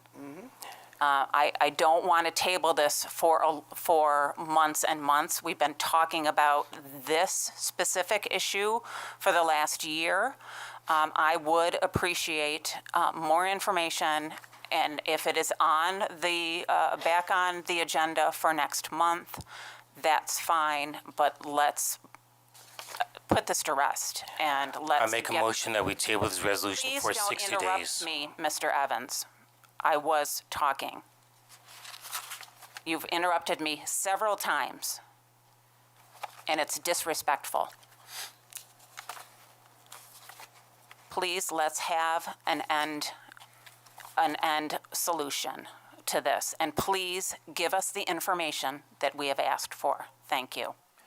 I make a motion. Mr. Supervisor, it sounds like maybe rather than just tabling the motion, tabling it until a period in the future, you want it to be tabled pending, with the condition that you receive this particular information that you're looking for, not just kind of kicking the can down the road, Yes, correct? exactly, yes.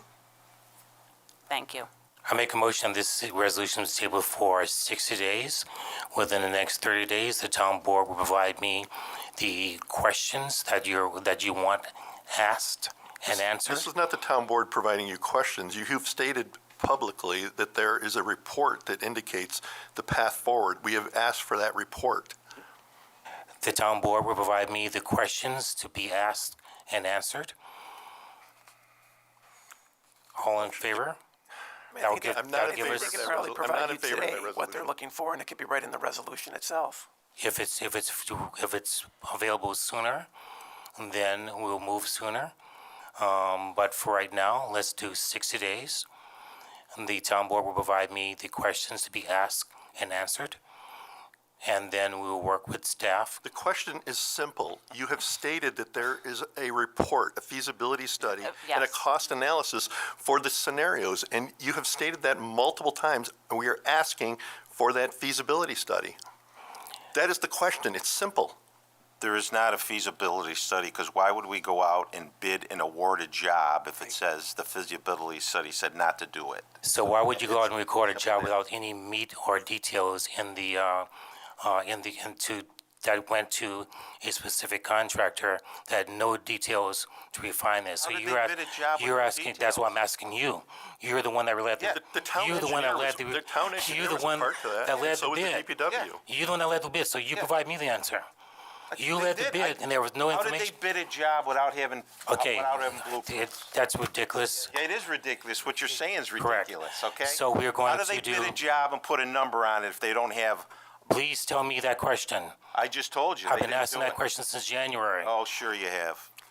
You're asking questions of the councilman, but the town engineer did the study. The DPW was a part of it. The construction manager was a party to it too, and the construction had bid documents. So And you voted on something that you had no clue what you're voting on. So you Those voted on bathrooms- something. Those bathrooms at the courthouse were in that bid too. They were just done, right? They're done. They're You done. keep making these The bathrooms unsubstantiated here haven't even allegations. been I'm touched tired. yet. They were in the bid. You put a stop to all that personally, and it's out of spite, and you know it. I don't know anything. Yeah, I do. I don't know your motivations. Yeah, You do not I know don't mine. have motivations. You I did make it a out of move spite. that this be tabled for up to 60 days, and in that time period, the board will provide me the questions that they want asked I'm not and going to answered. agree to that resolution. I'm not going to agreeing to agree to that that either. resolution. I have told you at least 3 times now what we are asking for. Maybe there isn't a feasible study, so I you make a can look motion forever. that There's this, not one. that this be tabled for 60 days. Okay. May I have a motion? All in favor, say aye. I don't think there was a second on that motion. Maybe is there a new motion? I don't know what the motion is. Motion to table it pending receipt of the I would like to say, Motion to table pending the receipt of the information and the questions to be answered. I need to know what it is that you have a question about so that I can appropriately I can't answer it. form my questions until I have the feasibility study that was done, that was completed, that provided the analysis. I can't provide you the information unless you give me the questions you want answered. There isn't a feasible An study, so don't engineer look that for one. we have a town engineer. They went out and analyzed all the buildings. They came up with a scope of work which contractors assigned cost to. Now there is a proposed building and a cost associated with a proposed building. And that is the nature of what a feasibility study is. So You compare the two so things as I so we said, can make a decision. Let's table this up to 60 days. If it's available next week, we can move on. If it's available in 5 weeks, we'll move on it. I do not have my engineer's schedule, so I'm saying provide me 60 days so that we can provide you the information, and in the meantime, provide me the questions you want answered. That's a reasonable request. You're like, I don't get what you don't get. I don't get what you don't get. So you're putting this back on us, that we have to ask you additional questions so you can skate out from underneath the responsibility that you've taken. No one's skating except for you, Peter. You said in your own words that this is a garbage contract. That is, again, something that you have said that I have repeatedly said. I did never say that. I don't have any recollection of that conversation. It's funny how Because you say so, It's funny doesn't how make it so. allegations against me stick, but allegations against you don't. Well, yours are serious. Yours are that's why. serious, Yours and are by- more and- serious. And you wasting taxpayer money is not serious? You're wasting taxpayer money. You're giving contracts away is not serious? Giving contracts No one away? gave a contract Seriously? Come on. Stop saying that. You don't have no proof of anything. Mr. Lawyer, Mr. Attorney, Contracts. I can don't you even know what please that means. present a resolution for us to move forward? Mr. Weishauer. Please, Thank that's you. my name. So, Mr. Wayner, it sounds like that maybe what you're looking for is a feasibility study. Engineering costs. What else do we need? Construction costs, engineering costs, and there's 2 scenarios: renovate the existing buildings in place and build new. And so you're going to move to table this resolution until the board receives the information that you just requested. At which point we can entertain what questions we might have. Yeah, so it's 2 steps. So the first step is to table it until that information is received. Once that information is received, you may decide to proceed with this resolution, or you may have additional follow-up questions. But it seems like Perfectly the stated. first step is to table it pending receipt by the town board of the information that Mr. Wayner just sought. And I think, so I guess that's a motion, Mr. Wayner? Yes. All in favor? I think you still need It a needs a second. second, and I'll second that. All in favor? Aye. All opposed? Nay? The resolution is adopted. Don't Madam look for a Clerk? feasible study. You'll never see it because there isn't one. Madam Clerk? Thanks for not providing one. Item number Madam 9. Clerk? Okay? resolution authorizing certain improvements to parks, playgrounds, and recreational areas within the town. May I have a motion to adopt? Moved. May I have a second? Second. May I have an explanation? Thank you, Mr. Supervisor. This resolution would authorize, and I do realize that there's an error in here, so I don't know if we need to take a motion to correct that. In the title, it says to authorize the issuance of 1.5 million in serial bonds for recreation. This also includes the million from the previous. This resolution should only be for 500,000 for playgrounds. Thank you. Which would primarily be the Bristol Tot Drop lot or playground.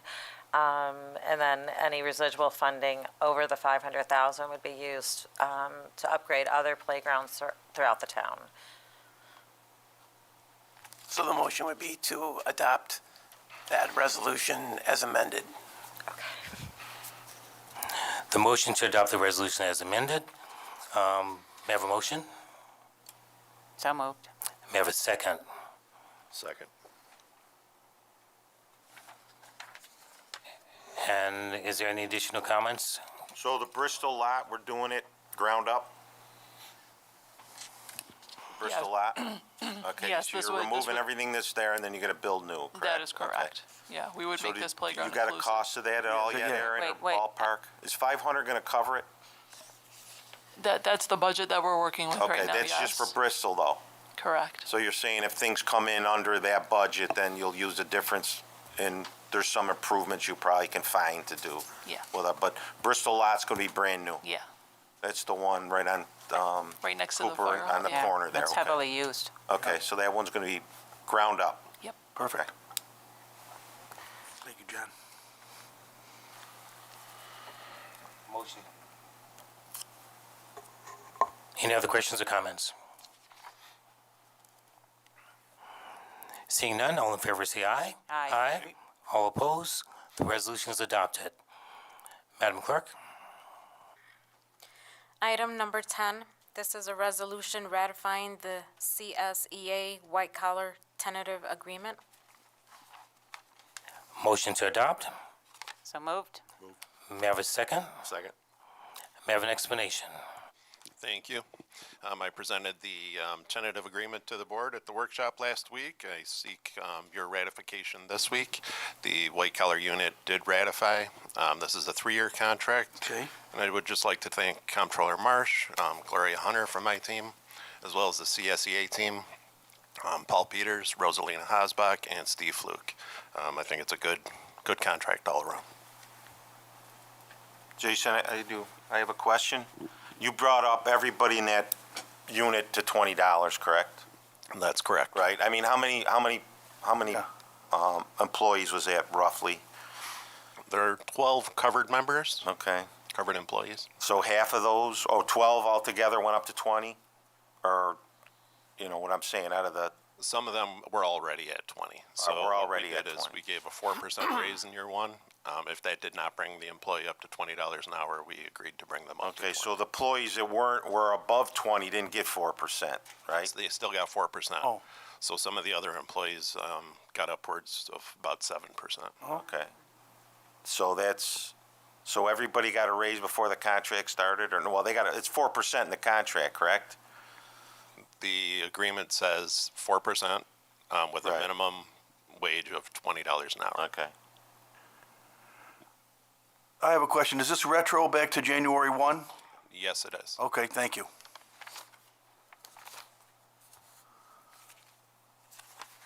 Any other questions or comments? No, just thank you for the work, the hard work on this, and to the whole team. Thank you. Any other questions or comments? Seeing none, all in favor say aye. Aye. Aye. All opposed? The resolution is adopted. Madam Clerk, next item. Item number 11, resolution authorizing the attendance at the State of New York Police Juvenile Officers Association, Inc., 2025 Annual Conference. Motion to adopt. Move Motion. it.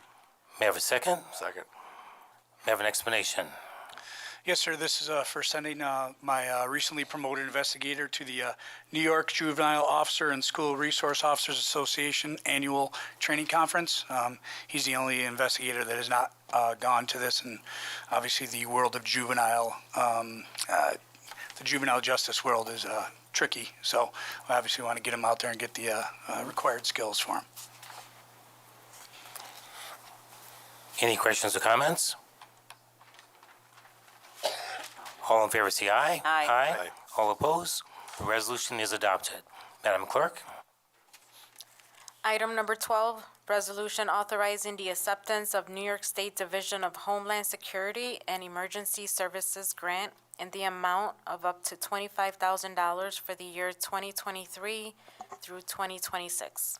Motion to adopt. I'll move it. May I have a second? Second. May I have an explanation? Yes, the actual correct number is going to be, this needs to be correct, or else we'll have to pass a new resolution. It's $23,778.62. It's for the Stone Garden Grant that we get every year through the Border Patrol and Homeland Security. And so, again, $23,778.62. That will cover police salaries and benefits while working these overtime details. Perfect.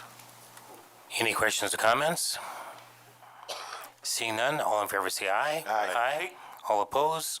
The resolution is adopted. Madam Clerk? Adopted as amended, right? Just to clarify. Correction, adopted as amended. Thank you.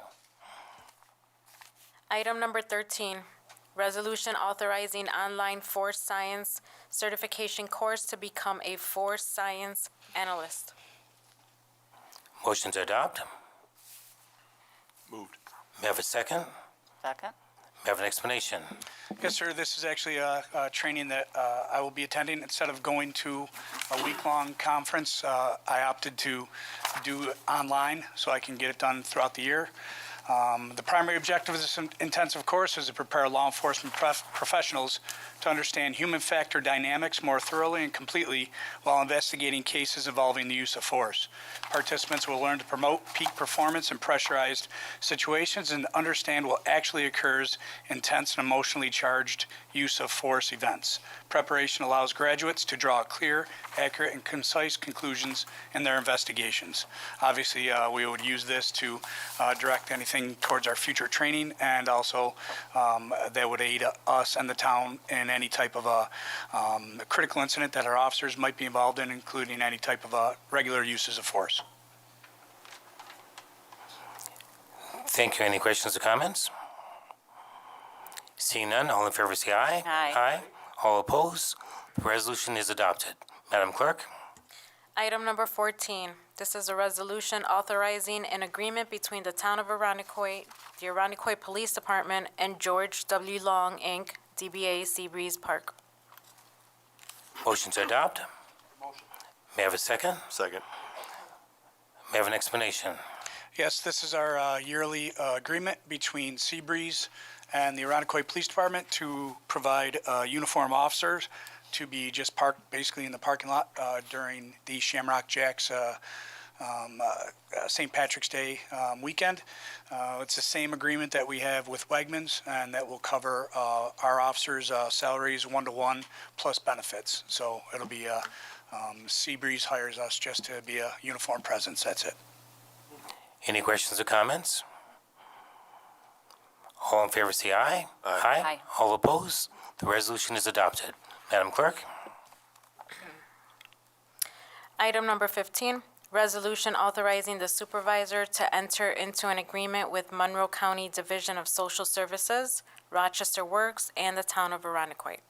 Motion to adopt? Moved. May I have a second? Second. May I have an explanation? Yes, this resolution would authorize the agreement with Rochester Works in the town. This is a job training program that we did participate in last year, and we look to extend it again into this year.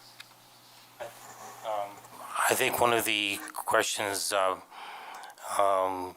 Councilmember Perdicone had was that if they're doing our vehicles, is there a resolution or amendment to have them drug tested, or they're drug tested in this program?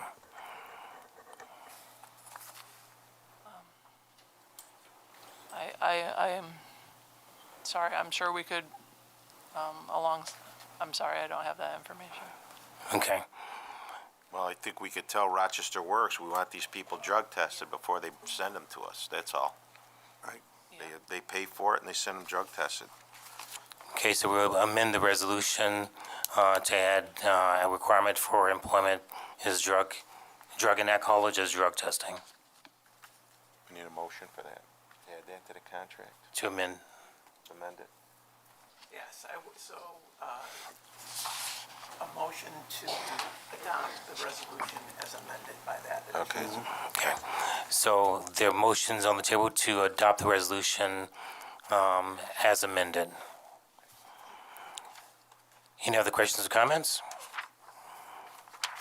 With that, all in favor say aye. Aye. Aye. All opposed? The resolution is adopted. Madam Clerk, next item. Item number 16, this is a resolution authorizing the supervisor to sign calculation worksheet for New York State Snow and Ice 2024 to 2025 season.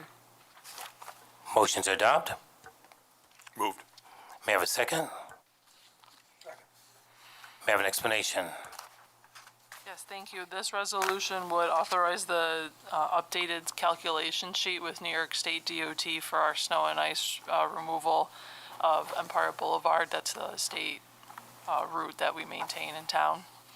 It's based on a 3-year average.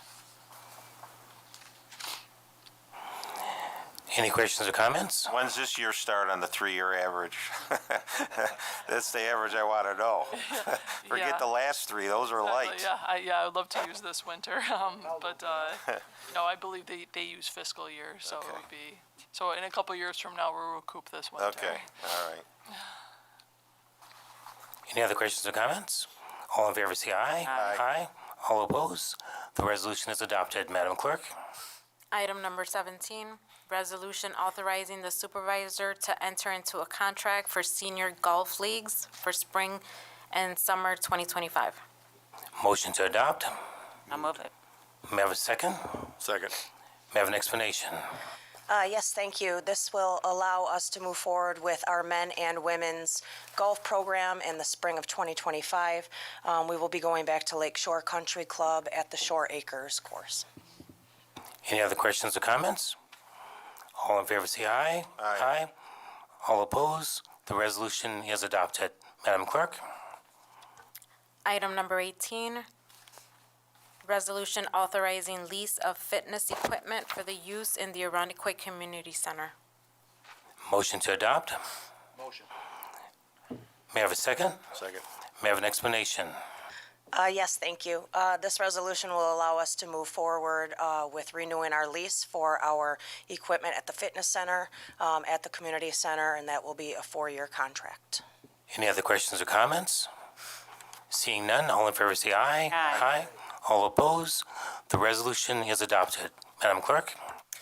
Item number 19, resolution approving the special event license for Shamrock Jacks to conduct their annual St. Patrick's Day Festival. Motion to adopt. Moved. May I have a second? Second. May I have an explanation? Yes, this will allow for Shamrock Jacks to conduct their annual St. Patty's Day Festival on March 14th through the 17th. All approvals have been received. Any other questions or comments? All in favor say aye. Aye. All opposed? The resolution is adopted. Madam Clerk? Item number 20, resolution approving the special event license for the Sunset House 23rd Annual 5K Run and Fitness Walk. Motion to adopt. Move it. May I have a second? Second. Councilman Perdicon, do you serve on the board of the Sunset House? Yes, I do. Okay, then I think you have to recuse yourself of this vote. May I have another motion to adopt? Motion. May I have a second? I'll second it. May I have an explanation? Yes. This will allow for the Sunset House to hold their 23rd Annual 5K Run and Fitness Walk on May 24th, 2025. All approvals have been received. Any other questions or comments? Well, this is a great event for our town. As the race founder, I am wholeheartedly in support of this race and this resolution, and I know Mr. Perticone has a fondness for this race as well. Any other questions or comments? All in favor say aye. Aye. All opposed? The resolution is adopted. Madam Clerk? That's it. All right, well, this concludes our town board meeting for February 18th. On February 20th, what time is your meeting? 7 p.m. February 20th at 7 p.m. We have a special town board meeting. The next workshop is scheduled for March 10th, 2025 at 4 p.m. May I have a motion to adjourn? So move it. May I have a second? Second.